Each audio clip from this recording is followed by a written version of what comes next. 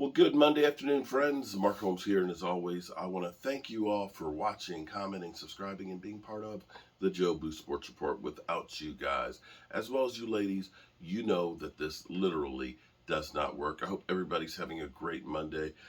Five people I can guarantee aren't having a great Monday right now because the Dallas Cowboys, even though they have until tomorrow to make their cut down to the 85-man roster, have actually already gone through and informed the players this morning, the five of which that were let go, that your services will no longer be needed at this time. But of course, we will keep your phone in our Rolodex. I know a lot of you saying Rolodex, what the hell is that? Well, back in the day, if you are old, you know what I'm talking about, a Rolodex.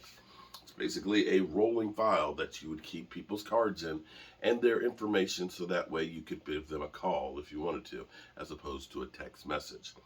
The Cowboys are waiving at this time cornerback Kayron Brown, tight end Ian Bunting, defensive tackle Austin Faberu, wide receiver Ty Frogel, and fullback Ryan Neal. Excuse me. One more time. Third time's a charm. Ryan Neal was probably the most notable one of the ones there, fullback being released. Unfortunately, had been injured and had not been able to get onto the field. This is it until now. The next cut down day is August 23rd. By August 23rd, the teams have to get down to 80-man rosters before the big cuts. Now, this may be interesting to see where Stephen Jones, a.k.a. Catboy, starts sharpening his pencil and starts looking at the waiver wires here for players that are being cut. Some things that will be interesting is we always hear about players that the Cowboys should try and trade or people are trying to trade.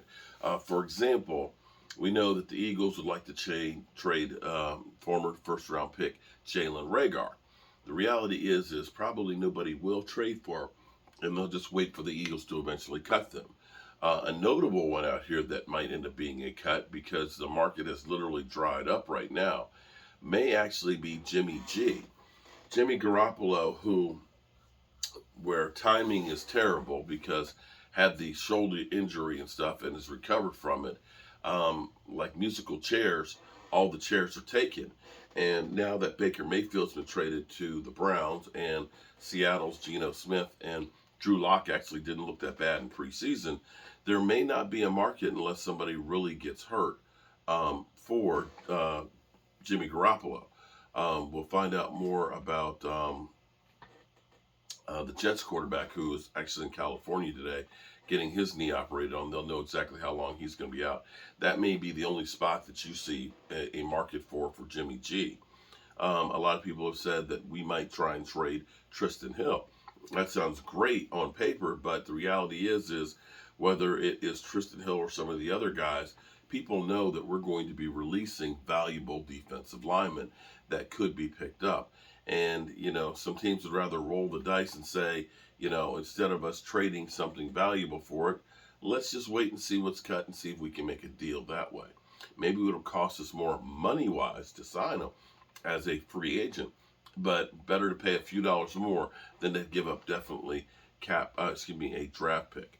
So that's where we are right now, guys. We've had our first round of cuts.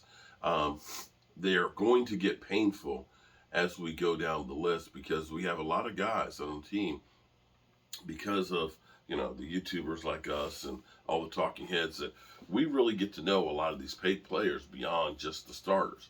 We start to begin to get cult followings for some of these players and things, and some of them are not going to make the roster. So we'll have more on this tonight at our 9 o'clock live stream, but I'm about to start coughing again, so I'm going to stop right here.